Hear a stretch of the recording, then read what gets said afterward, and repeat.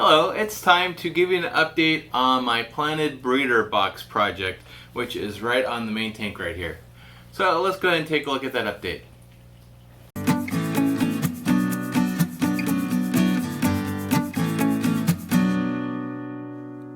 Hello, welcome to Aquarium Thoughts. I'm Dave. If you want to follow my journey, hear my thoughts and ideas, please hit that subscribe button and the bell notification. That way you're notified each time I release a new video.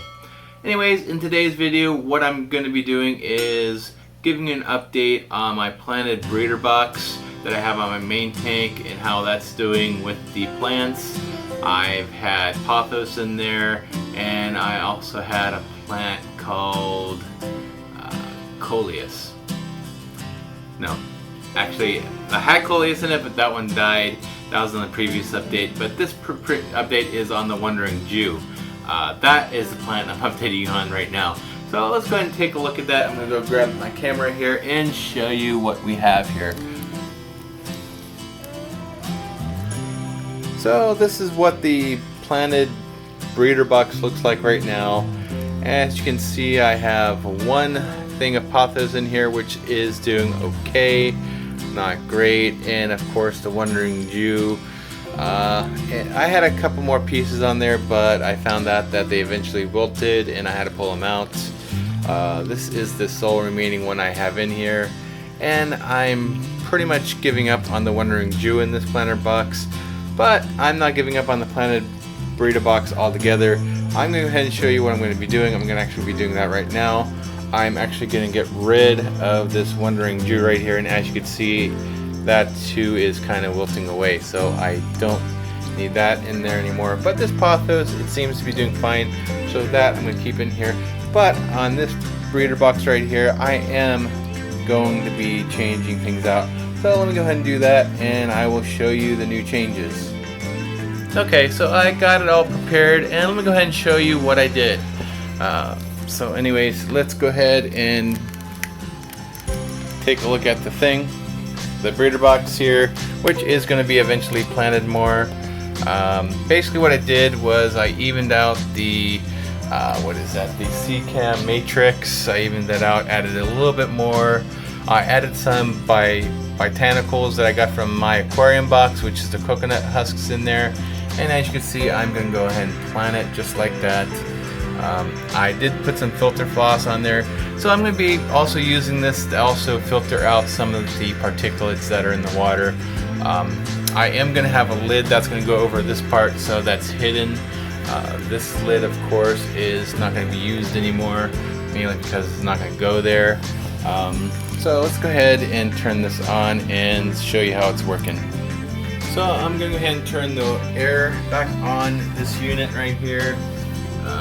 Just so I can get the water pumped through. Let's see here. There we go, and we have water. You can see the bubbling, and it's going to go ahead and fill, and eventually it will go through. Let's adjust that down because I don't want the water to bubble over. So let's go ahead and fill this water up and get this operating. See how it goes.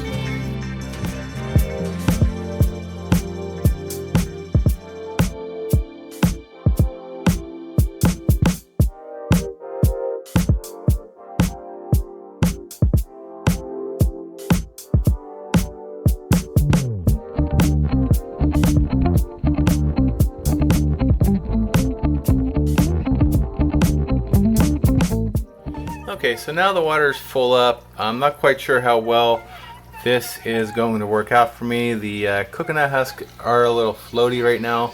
I'm going to see if over time that just change. What I might do in the future, I might actually take out the CCAM matrix again and maybe put some sponge in there instead. But this is my next experiment on this to see how this works. So this is what my planted breeder box looks like right now. I'm actually going to try the coleus again. I took a cutting from my outside area and decided, okay, I'm going to plant it back into this planter, trying it with the expanded clay balls that I have in this breeder box rather than how I had it with the CCAM matrix. I also did try out another plant, which is this one right here, which is a creeping fig. Unfortunately, as you can see, it is not quite doing well at all. So I'm just going to go ahead and just pull this one out.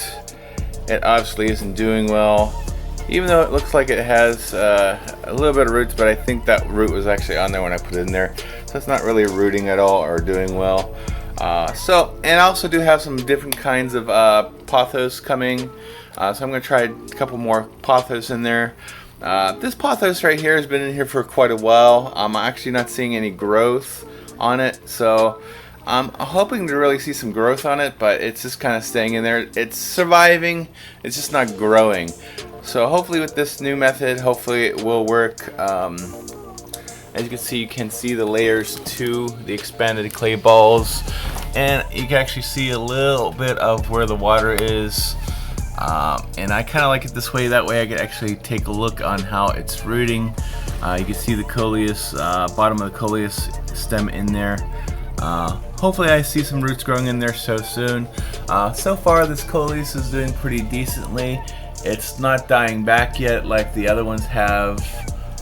Typically this has been in here for about 3 days now, and on the other experiments on the coleus I've had mixed results. Some died really quickly, some kind of thrived a little bit longer. I'm hoping this one thrives and starts growing roots, so I will keep you updated on this.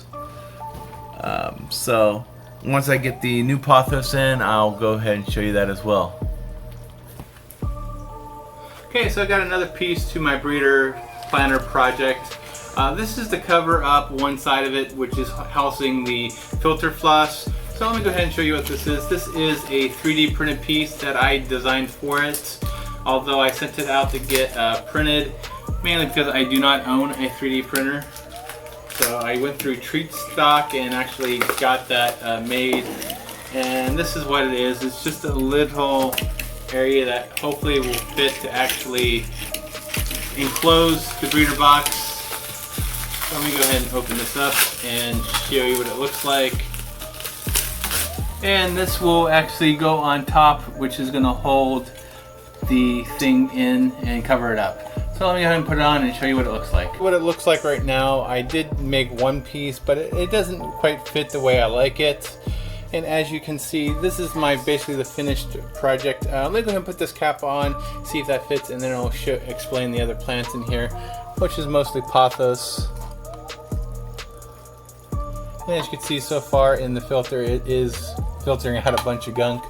But let me go ahead and put this cap on. So give me a second, I'll be right back. The new piece on, and I must say it actually fits perfectly on there. It covers the whole thing. It doesn't budge, it doesn't move. Well, it budges a little bit, but it's going to stay on there definitely.